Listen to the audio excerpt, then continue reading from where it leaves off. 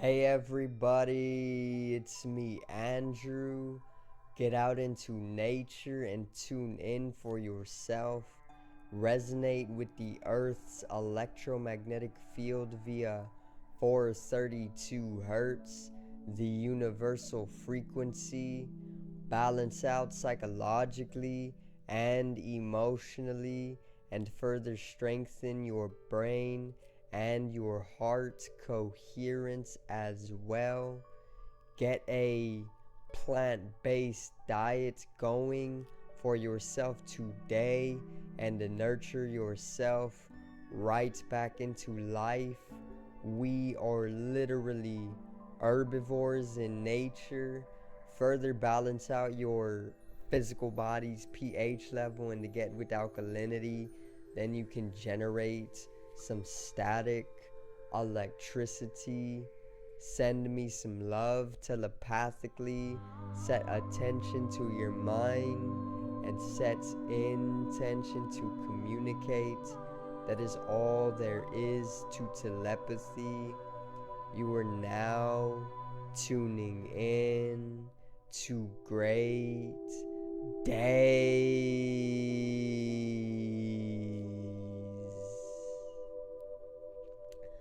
Now today I got yet another video on starseeds, and if you do not know what starseeds in short are beings from another star system who have decided to come here and incarnate within a physical body, and then that physical body comes into knowledge of their alien roots. So basically today I'm going to continue on the types of starseeds, and this is actually going to be the third video in the series, so I hope you do enjoy it.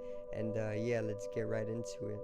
Today's video is 3 types of starseeds. 3.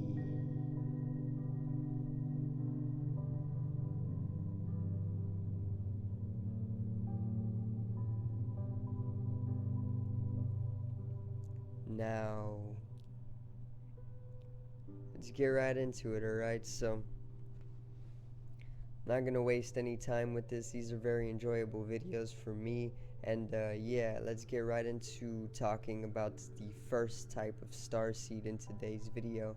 So, the first type of starseed is the Venus or Venusian, or even known as the Hathor starseed. Okay, so the Venusian starseed or the Hathor starseed's appearance is usually very androgynous in nature, meaning when they choose to incarnate within the modern day human being second level of consciousness, they are usually androgynous in nature, and this basically means they don't fixate on any one side of the gender. They are pretty much somebody who in physical appearance will look more feminine and even masculine. They will be very balanced, and they are also great at balancing the feminine and masculine energies. They also choose to incarnate on or in some of the third level of consciousness beings, which are usually physically 10 to 15 feet tall, but we don't see people like this unless we're talking about the Nephilim race or the giant race.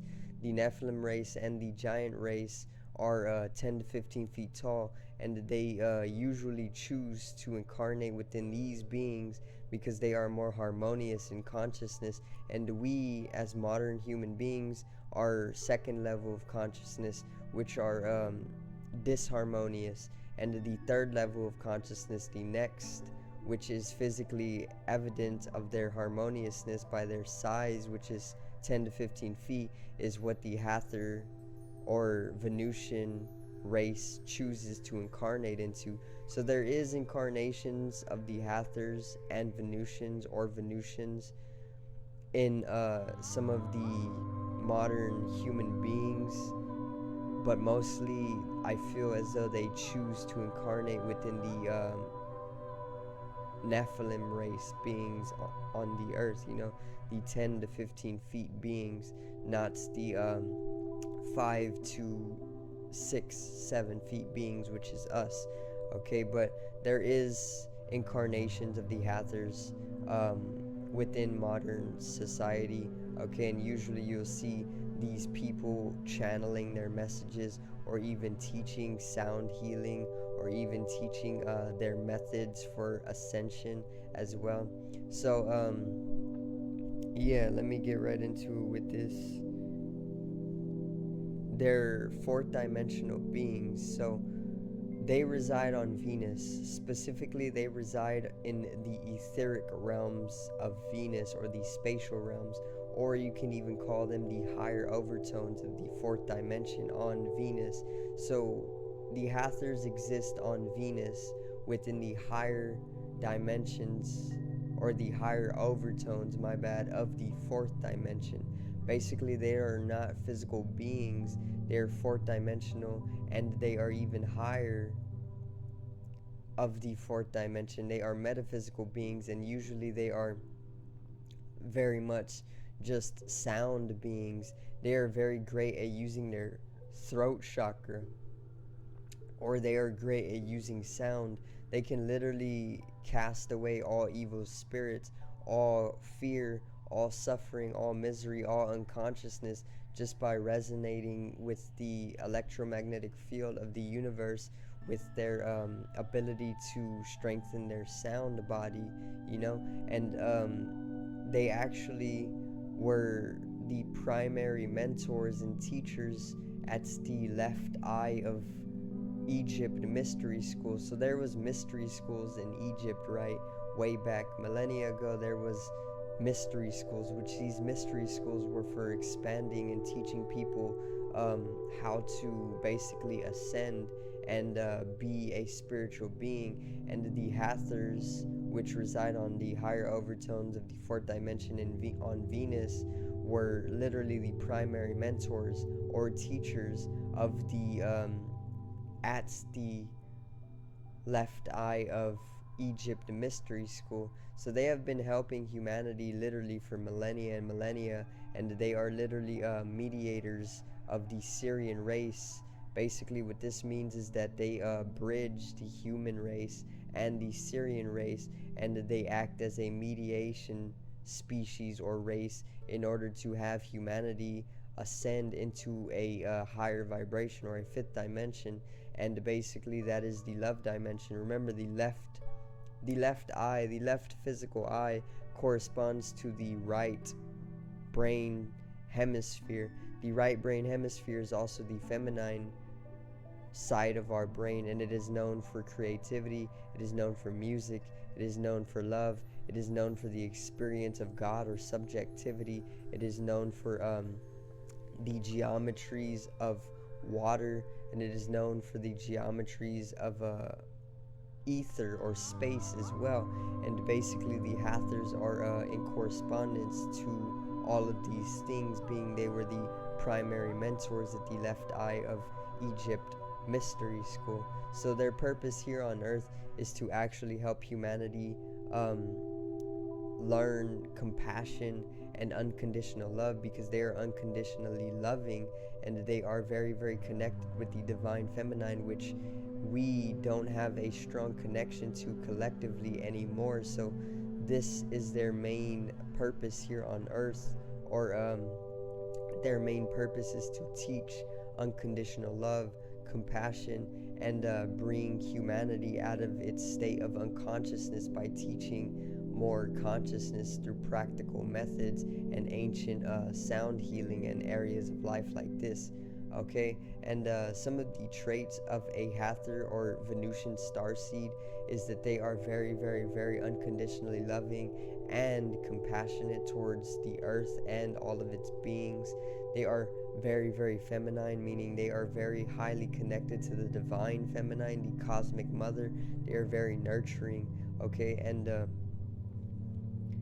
they're also very, very metaphysical and spiritual in nature, being they don't always have needs for physical bodies unless they are using the physical body to incarnate into as a physical vehicle for the third dimensional purposes that they need.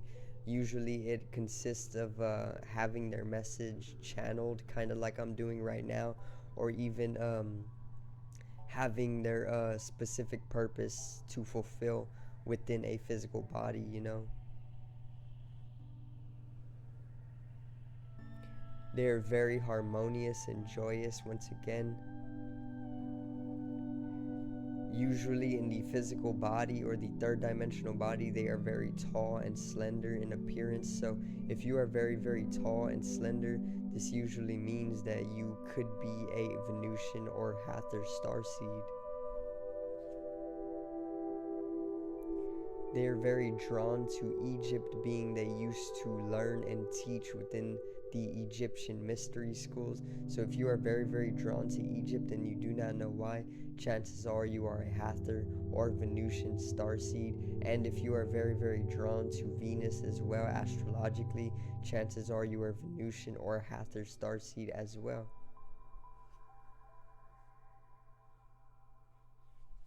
And yeah, they are very into tantrism as well, which I will most definitely explain what tantrism is in the future of the channel. Okay, so that is pretty much a summary of the Venusian starseed or Hathor starseed. And remember to trust your intuition with this stuff. If you are trying to find out what type of starseed you are, the best thing to do is to trust your intuition. If you feel very strongly and innately that you are this type of starseed, chances are you are telling yourself that you are this type of starseed. Then you can go over it, do more research, and get in touch with this side of you, the very, very alien side of you, or the spiritual or metaphysical side of you, who has lived many, many lifetimes upon lifetimes, and who has taught all of its wisdom from its experience of all of these lifetimes. Okay, so that is the first type of starseed. It is the Venusian starseed or the Hathor starseed.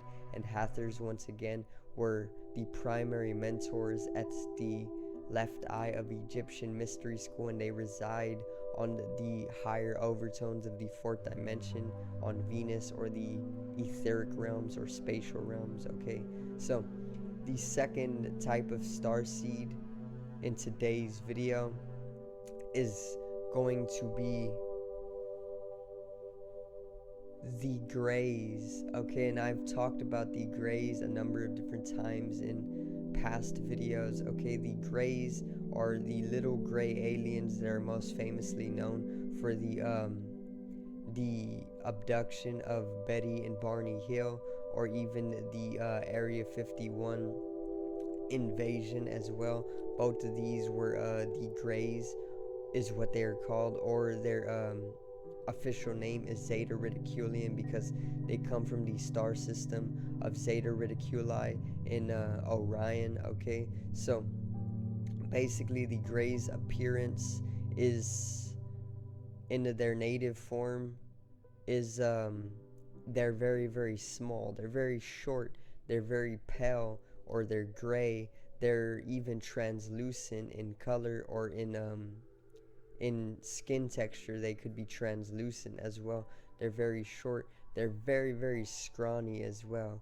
Okay, and yeah, in their human form, or when they choose to incarnate within a human via a specific process of creating a human gray hybrid, which is what literally caused World War I, which I will get into. But basically the Greys are a little bit different. They aren't completely knowledgeable in tantrism, meaning they don't always use the process of interdimensional conception to create themselves with a physical body or in a physical body, but more so they use technology, more advanced technology, to basically create human gray hybrids. So they create hybrids with human DNA and their own DNA, and then they literally use that process for incarnation. Okay, and basically you will find people who are these hybrids, because they've been doing this literally since the 1800s, okay? And you could be one, we can all be one, okay? Because they literally created these hybrids, and then they literally just swarmed the globe, okay, during the 1800s and even back, okay? So let's see. They are fourth dimensional in nature, and usually they are able to go beyond the time. They don't follow the laws of time, okay? And this is why they created such tragedy and chaos throughout the Earth's history, and they even ended up causing World War I and even World War II, and even ruptures in the space-time continuum that allowed the breakage of lower dimensional beings into the earth plane, okay? So, or the earth realm, okay? So the grays are not too much of a light being. They aren't all good. The grays are in fact more malefic in nature. They are more greedy, and they are more they are more greedy, and they are more malefic. Once again, they aren't completely good. They aren't light beings like the Hathors or the Venusians or even the Syrians or even the Pleiadians. You know, they're more malefic in nature. They come from the star system of Orion, or more specifically Zeta Reticuli, which their main purpose for coming here in the first place was because some of their planets in Zeta Reticuli were actually being destroyed from the synthetic Merkabas that were being put up by the draconian species or the Ophiuchus species, the reptilianoids, in order to completely drain Earth of its natural resources along with the universe or the solar system. And basically these synthetic Merkabas, which the Bermuda Triangle is one of these, were destroying planets in Zeta Reticuli, and then they had no choice but to come and deal with that threat. And then the Greys, or the Zeta Riticulians, actually got trapped here on Earth for trying to solve this problem through creating these human hybrids. And then this further broke the space-time continuum, and then this created World War I. And yeah, they play a huge role in our they play a huge role in human history, basically, the Zeta Riticulians and the Greys. Okay, so their purpose here on Earth is to actually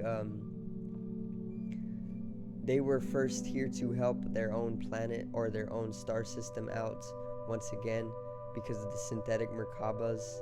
They were destroying some of their planets, but then through this hybrid creating system that they put into place to basically avoid that completely, and time travel and breaking the space-time continuum and the laws of time, they were basically entrapped here on Earth in a karmic system.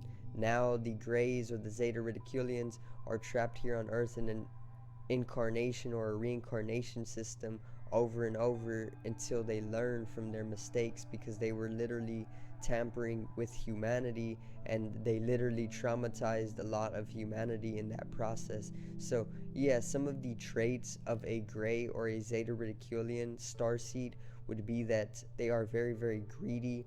They are probably very, very thin. They're also very pale. They are very scrawny in nature. They are holding some of that trauma or that past life trauma from the many incarnations or reincarnations that they had to go through to learn from their mistakes. And they hold a lot of technological understanding, as well as going beyond time or into the fourth dimension. So that is a little bit of knowledge on the Zeta Riticulian starseed, or the Grey starseeds. And yeah, it goes so much deeper. I'll probably do a separate video on the Greys or the Zeta Riticulians eventually, and talk about how they actually caused World War I and shaped a lot of human history as well. So that is the second type of starseed in today's video. Now, the third type of starseed in today's video is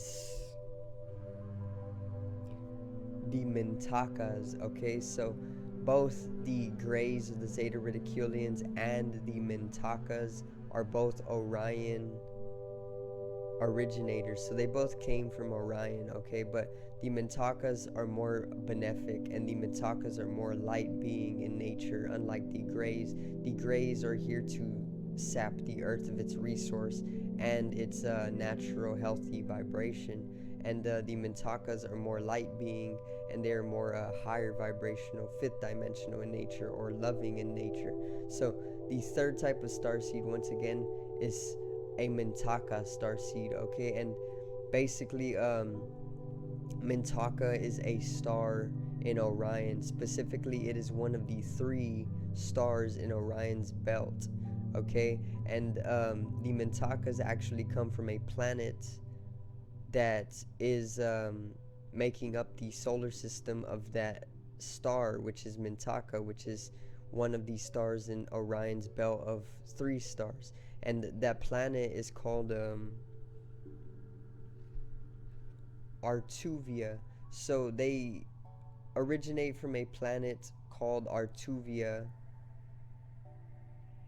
revolving around the star Mintaka, which is one of the 3 stars in Orion's belt, okay? So they originate from a planet called Artuvia, which to my knowledge is mostly water, okay? And this basically means that they are an underwater species, okay? Kind of like the Sirian race, or a Sirius B. They are an underwater species, and they completely had an underwater utopia on this planet called Artuvia, okay? And basically, Mintaka starseed appearances, if not human, or if they are more native, are going to be a more a mermaid-like being, you know? Probably not the mermaids that we envision, but they are going to be underwater beings if we're talking about their native form. But they are bipedal, they are underwater, and they are very, very self-aware. If we're talking about their human incarnation form, if we're talking about how they look when they incarnate here on Earth in a physical third-dimensional human body, then they are going to be said to be very normal in nature, meaning anybody can be a Mintaka.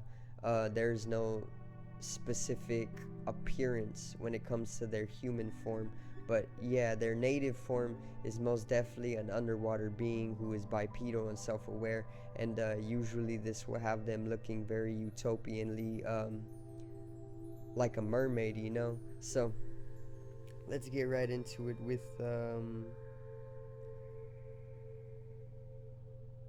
their purpose. Their purpose is to actually help humanity in a very, very simple way, you know? A lot of starseeds come to help humanity because a lot of starseeds have civilizations, or a lot of other beings from other star systems are within civilization that is more higher dimensional in nature. So this is why a lot of starseed purposes are actually to help humanity raise its vibration or come into an ascension process. It's literally one of the main goals of any other being from another star system. So the purpose of a Mintaka starseed is to actually help humanity raise its vibration, you know? Let me see.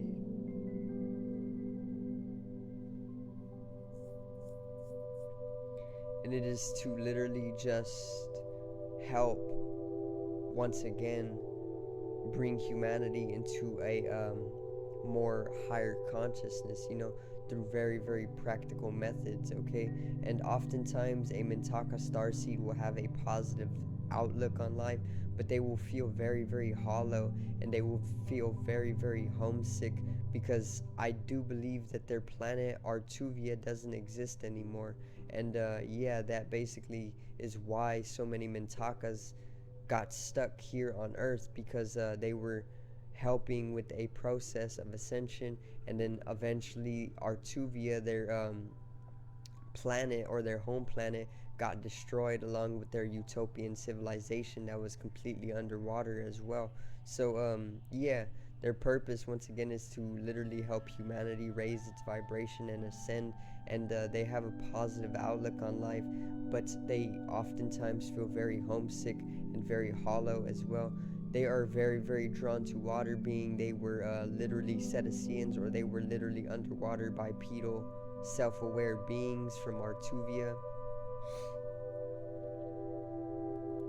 And lastly, they struggle with adjusting to the third dimension of the earth, because they were literally underwater beings, and they were very, very high in vibration. So yeah, that is just a very simple summarization of the Mintaka starseed, and that is actually the third type of starseed in today's video. So I hope I did provide some hopeful content for you guys, and I hope I did help you understand what type of starseed you are with the latest 3 starseeds in today's video. So subscribe over here to the left of me and help me reach 50 subs for more alien content.